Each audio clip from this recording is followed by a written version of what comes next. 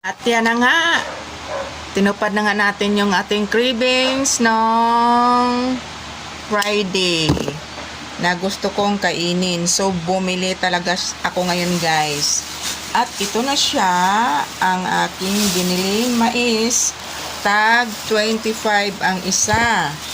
So, 25 ang isa.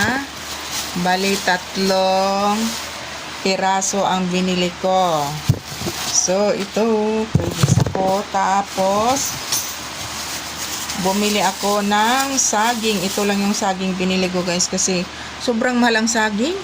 70 ang kilo sa saging. So, ito lang ang halaga na to ng 40 pesos. 40 pesos na to siya, guys. So, cravings ako, no?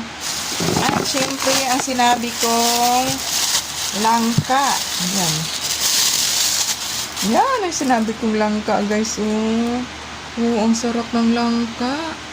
Ang sarap ng langka talaga, wow. Ang sarap. Sobrang bango niya. 150 ito. 150. Ang sarap.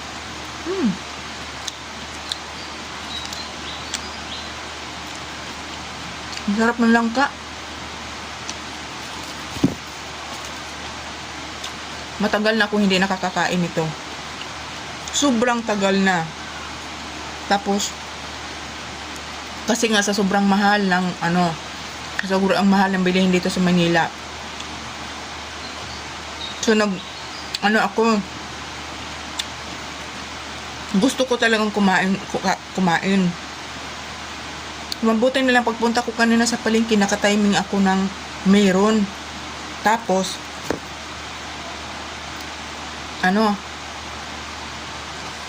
sobrang ganda na pagkahinog na. 150.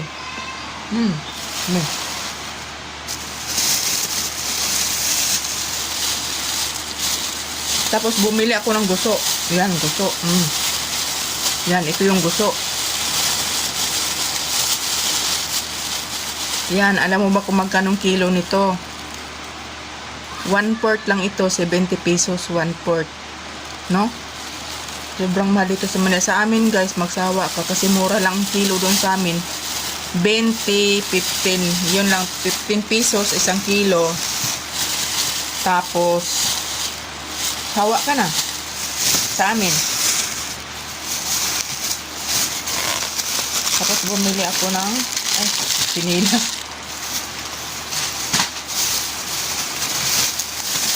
Bumili din ako ng pangsahog. Magluluto ako ng gulay, guys. Sobrang mahal dito. Yan, okra, 10. Yan, okra, 10.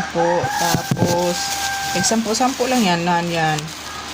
Ang halo ko. 10. Buti nga ngayon, bumaba eh. 10 lang yan, no? Yan. Yun yung binili ko ngayon doon sa palengke.